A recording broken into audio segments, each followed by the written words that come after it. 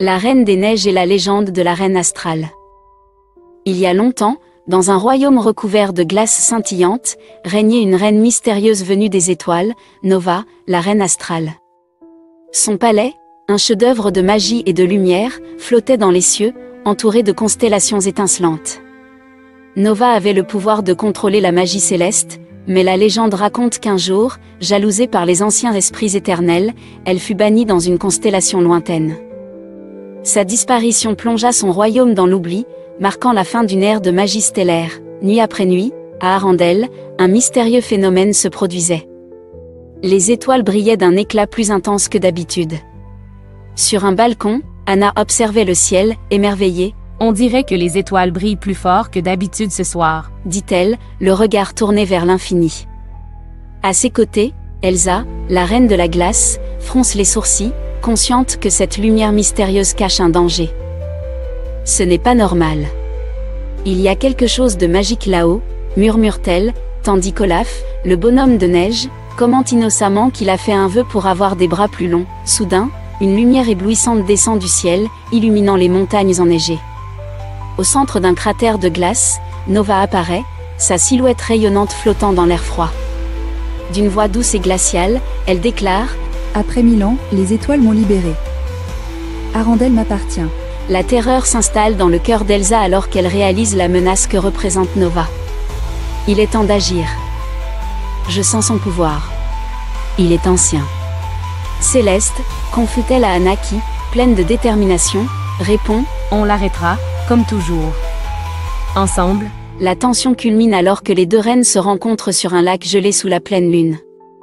Nova, flottant majestueusement, proclame « Toi, la nouvelle reine de glace. Ton trône m'appartient par droit d'étoile. » Elsa, confiante, rétorque « Je ne suis pas une héritière.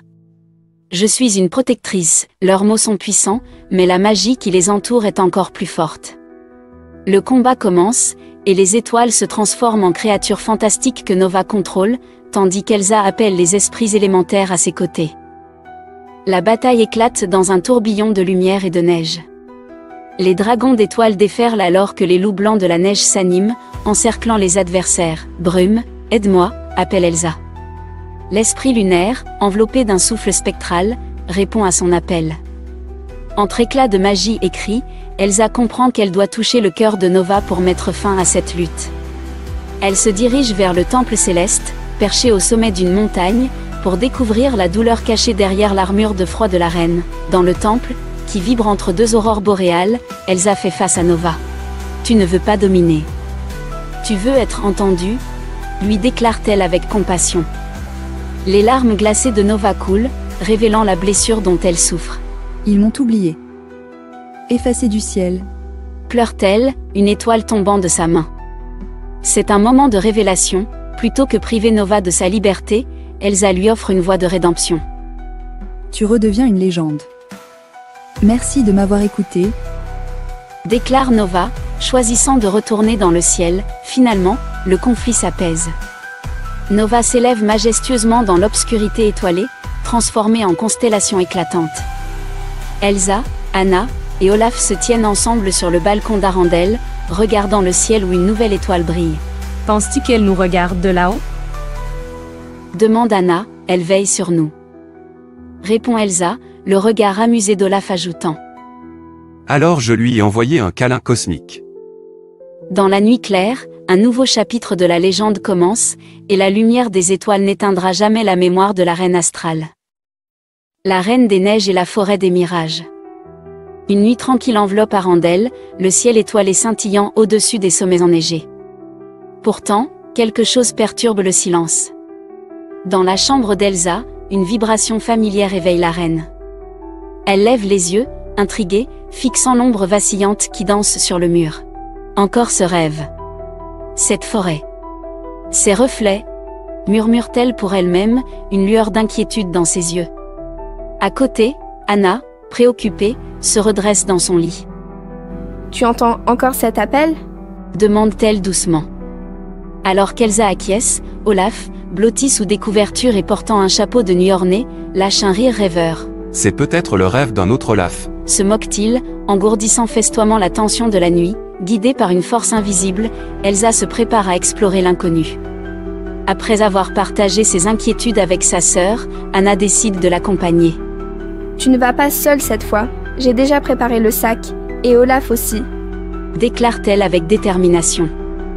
Olaf, arborant des lunettes de soleil un peu trop grandes pour lui, énonce avec enthousiasme.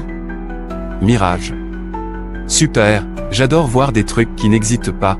Ainsi, les trois amis s'élancent vers l'orée de la forêt des mirages, où les arbres brillent comme du verre, leurs reflets chatoyants créant une scène à la fois envoûtante et troublante. En pénétrant dans la forêt, un jeu d'illusions commence. Les arbres, aux feuilles scintillantes, semblent jouer avec leur perception. À chaque pas, ils aperçoivent des versions d'eux-mêmes, des miroirs de leur passé et de leur avenir. Pourquoi je me parle à moi-même? Et pourquoi l'autre moi danse comme un pingouin? S'exclame Olaf, visiblement perplexe. Anna, son regard scrutant les ombres vacillantes, répond « C'est comme si la forêt lisait nos pensées. » Elsa, d'un ton grave, indique « Ce lieu est magique. » Mais instable, l'atmosphère s'alourdit, car ils réalisent que les illusions sont le reflet de leurs propres tourments. Soudain, une silhouette éthérée émerge des brumes lumineuses. C'est Mira, l'esprit ancien du mirage, gardienne des vérités cachées. « Bienvenue, Reine des Neiges. Ta magie est liée à la vérité, mais la vérité est parfois une illusion. » déclare-t-elle d'une voix douce et mélodieuse. Elsa, fascinée et préoccupée, lui demande « Pourquoi m'as-tu appelé ici ?» Mira répond avec sagesse. « Parce que le miroir du monde est brisé, et tu es la seule à pouvoir le réparer. » Les éclats autour d'elle scintillent comme des souvenirs, révélant l'importance de leur quête. Pour restaurer l'équilibre, Elsa doit désormais traverser le labyrinthe des reflets, où ses doutes prennent vie. Face à un miroir géant reflétant l'image sombre de son être, Elsa se tient immobile. « Je ne suis pas parfaite, mais je suis vraie », déclare-t-elle avec force. Le reflet oppressant rétorque « Tu caches ta peur derrière ta glace. » Entendant les mots percutants, Anna crie avec ferveur. « Ne l'écoute pas, Elsa. Tu es bien plus forte que ça. » Avec la voix de sa sœur en écho dans son esprit, Elsa puise dans sa magie intérieure pour avancer. Finalement, c'est avec courage et acceptation qu'Elsa embrasse toutes ses facettes, brisant le mirage avec une onde de glace pure qui libère la lumière de la forêt. « Je suis lumière et ombre. Mais je choisis la vérité », proclame-t-elle avec résilience. Mira, souriante, déclare. « Alors, tu as vaincu le plus grand mirage, la peur de soi. » Une douce explosion de lumière bleue et blanche envahit l'espace, les miroirs se transformant en papillons de verre, tandis que Mira s'élève lentement, appréciant cette renaissance. De retour à Arendelle, Elsa se sent plus sereine que jamais. La forêt des mirages a disparu, mais la vérité qu'elle a embrassée brille intensément en elle. Sous le ciel doré du milieu de l'après-midi, Anna remarque. « Tu sembles différente, plus claire. » Elsa, avec un sourire éclatant, répond. J'ai appris à voir au-delà des apparences. Même les miennes. Olaf, plein d'excitation, s'écrie avec un rire joyeux. Alors maintenant, on peut faire une fête. Avec des mirages de gâteaux. La scène se resserre sur les frères et sœurs qui rient ensemble, entourés d'amour, marquant ainsi le début d'un nouveau chapitre rempli de lumière et de vérité retrouvée. La Reine des Neiges et Anna, Reine du Feu. Le crépuscule s'illuminait d'une teinte rougeoyante, embrasant le ciel d'Arendelle. Des éclairs de flammes dansaient à l'horizon, annonçant l'éveil d'une puissance ancienne. Alors qu'Anna observait l'horizon, le cœur battant, elle ressentait l'effluve de quelque chose de dangereux s'approchant du royaume. Olaf, innocent comme toujours, regarda le ciel flamboyant avec étonnement. Est-ce que le soleil a mangé des piments? Plaisanta-t-il, mais l'air inquiet d'Elsa ne laissait guère de place à l'humour. Je sens une chaleur ancienne. Un esprit s'est réveillé, murmura-t-elle, tandis qu'Anna, déterminée, décida d'agir sans attendre. Alors c'est à moi d'y aller. Cette fois, je dois agir seule. Déclara-t-elle avec une résolution implication. Pénétrant dans les montagnes du sud, Anna atteint la vallée incandescente, un lieu où la terre respirait le feu. La chaleur l'enveloppait tandis que des geysers de lave jaillissaient autour d'elle, et des roches rouges scintillaient sous la lumière des flammes. Anna, bien qu'émerveillée, sentit son cœur lourd et savait que cette mission se transformait en épreuve de son courage. Soudain, une voix mystérieuse fit écho dans la vallée. Qui ose troubler le repos du feu sacré? Demanda-t-elle. Anna leva le menton et sourit, faisant face à l'inconnu, prête à relever le défi qui l'attendait. Au cœur de la vallée, l'autel du feu sacré se dressait, impressionnant et majestueux. C'est ici qu'elle rencontra Pyrrha, l'esprit du feu. Sa silhouette scintillait, faite de flammes vives qui dansaient et tourbillonnaient comme si la chaleur elle-même prenait vie. Pyrrha l'interrogea avec gravité. « Tu n'es pas de glace, ni feu. Que cherches-tu ici, mortel ?» Anna, bien que intimidée, répondit avec sincérité. « Je ne cherche rien, je suis venue comprendre. » Pyrrha hocha la tête, ses yeux incandescents fixant Anna. « Alors brûle tes doutes pour renaître avec moi. » lui ordonna Théel, pressant la jeune femme d'aller au-delà de ses peurs. Plongée dans une illusion brûlante, Anna revit ses erreurs et ses peurs, mais aussi les éclats de son courage. Une voix intérieure résonna, méprisante. « Tu n'es qu'une sœur. Tu n'as pas de pouvoir. » Dans un cri alimenté par la détermination, elle répondit « Mon pouvoir, c'est de me battre pour les autres. Et je n'ai pas besoin de glace ou de flamme pour ça. » Son affirmation résonna dans la vallée, éloignant les ombres du doute. En un instant, les flammes l'entourèrent, non pas comme une menace, mais comme une protection, l'embrassant dans un éclat de lumière. Alors qu'elle acceptait sa force intérieure, Anna renaquit, enveloppée de flammes dorées qui ne la consumèrent pas. Elle devint la reine du feu, une figure rayonnante de puissance et d'équilibre. Pyrrha, désormais à ses pieds, la considérait avec respect. « Tu es celle que j'attendais. Porteuse du feu du cœur pur ?» déclara-t-elle. Anna, surprise par cette révélation, s'exclama. « Mais, je ne suis pas une magicienne. » À cela, Pyrrha assura avec dignité. « Tu es plus que cela. Tu es l'équilibre de la flamme. » Finalement, au lever du jour, Anna rentra à Arendelle, transformée en une souveraine nouvelle, synonyme de lumière, chaleur et renaissance.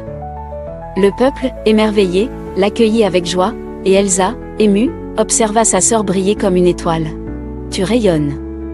Comme une étoile. » lui dit-elle, admirant la force qui émanait d'Anna. « C'est le feu du courage, et il est en chacun de nous. » répondit la jeune femme, sourire aux lèvres. Olaf, avec sa joie innocente, ajouta. « Et moi? J'ai droit à une petite étincelle. » La scène était empreinte d'une chaleur nouvelle, et chacun savait que l'esprit du feu vivait désormais en eux tous. Soudain, dans les cieux, un cri retentit. Un phénix flamboyant, flamma, tournoie majestueusement, gardien des flammes et protecteur d'Anna. Il était la preuve vivante que le courage et la résilience peuvent mener à de nouvelles hauteurs, un spectacle flamboyant qui scellait leur lien éternel au-delà des épreuves. Dans ce royaume où le feu et la glace coexistaient, une nouvelle ère naissait, guidée par Anna, reine du feu. La reine des neiges et le chant de la mer. Un soir paisible à Arendelle, la mer brillait sous la lueur argentée de la lune. Une douce mélodie s'élevait des profondeurs, une voix ancienne résonnant parmi les vagues. En haut d'un promontoire de glace, Elsa, la reine, tendait l'oreille. Elle ressentait une étrange connexion avec cette voix. « Ce chant, il m'appelle », murmura-t-elle, presque en réflexe, tandis qu'Anna, sa sœur, la regardait avec curiosité. « Tu entends encore des voix magiques ?» demanda Anna. Olaf, le bonhomme de neige toujours optimiste, s'exclama avec enthousiasme. Peut-être que c'est un dauphin qui chante l'opéra. Les vagues, comme pour répondre à leur conversation, murmuraient des secrets oubliés. Dans la nuit, Elsa s'endormit, perdue dans ses rêves. Elle se vit dans un royaume englouti, entouré de sirènes et de l'écho d'une mélodie harmonieuse. Une reine de l'eau, dont le chant pouvait apaiser même les tempêtes, se tenait devant elle. « Reine de glace, souviens-toi de l'eau » murmura une voix ancienne, résonnant comme un écho familier. À son réveil, le cœur battant, elle murmura à elle-même. « Ce n'est pas un rêve. Quelque chose m'attend sous les vagues. » La pensée d'un lien oublié avec l'océan l'animait désormais d'une nouvelle détermination. Au matin, un nouveau jour se leva sur Arendelle. Elsa se tenait sur le port, prête à partir vers les îles oubliées. Accompagnée d'Anna, Christophe et Olaf, elle naviguait vers l'inconnu, la voix mystérieuse la guidant à travers les eaux. « Si cette voie t'emmène vers un monstre marin, j'apporte Sven. » plaisanta Christophe en ajustant son capuchon. Je me suis entraîné à parler baleine. « Ah oh oh oh !» s'exclama Olaf, levant les bras en l'air. Anna, le sourire aux lèvres, répondit. Ensemble, comme toujours. Le navire glissait sur la mer calme aux teintes turquoises, chaque membre de l'équipage ressentant l'excitation de l'aventure à venir. Ils atteignirent une grotte marine, où l'eau semblait vibrer d'une magie palpable. De l'intérieur, Neara, l'esprit des vagues, émergea majestueusement, enveloppé d'algues chantantes. Ton chant est lié au mien, reine de glace. Le monde oublie, mais l'eau se souvient. Déclara-t-elle avec une voix douce comme le murmure des vagues. Que doivent faire ? Demanda Elsa, sa détermination croissante. Neara répondit. Libère le chant perdu, où les océans se tairont à jamais. La grandeur de cette mission frappa Elsa de plein fouet. Elle comprit alors que cette quête n'était pas seulement pour elle, mais pour tous ceux qui vivaient dans l'harmonie des mers, mais le chemin serait pavé d'épreuves. Au cœur d'un temple submergé, Elsa se retrouva piégée dans des vagues sonores de résonance familiale. Sa propre voix, remplie de doutes et de peur, l'entourait. Tu es seul. Tu es un danger. Tu as peur. Répétait une voix d'écho. Mais, avec une force nouvelle, Elsa affirma, ma voix ne m'effraie plus. Elle m'appartient, les mots d'encouragement de Neara, chante et souviens-toi, résonnaient comme un chant ancien, offrant à Elsa la clé pour sortir de cette épreuve. Elle leva les bras et, avec une profonde inspiration, commença à chanter, sa voix se mêlant aux échos de son passé. Réunissant son pouvoir et celle de Neara, Elsa laissa la mélodie de la mer prendre forme dans l'air. Un chant d'harmonie et d'amour s'éleva, revitalisant les esprits marins et réanimant les vagues endormies, que l'eau danse et que les voix s'élèvent, chantait-elle doucement, avec une émotion palpable. Olaf, les larmes aux yeux, admira le spectacle. C'est la plus belle chanson que j'ai jamais entendue, dit-il avec émerveillement. Tu as réveillé le souvenir du monde, Elsa. Tu es l'héritière des courants. Ajouta Neara, ajoutant une grande fonction à la nouvelle identité d'Elsa. Enfin, lorsque le royaume d'Arendelle émergea à l'aube, la brise marine portait avec elle les échos de chants oubliés. Elsa, revenue chez elle, se tenait au bord de la plage, connectée à la mer comme jamais auparavant. Tu es devenue la voix de l'océan, observa Anna avec admiration. Et il chante pour tous ceux qui savent écouter. Ajouta Elsa avec un sourire. Olaf, dans son style inimitable, s'interrogea. Ça veut dire que je peux être un poisson maintenant. L'horizon pastel de l'aube entoura le tableau familial, tandis qu'Elsa tenait un collier d'algues lumineuses, cadeau de Neara, symbole de son lien éternel avec l'océan.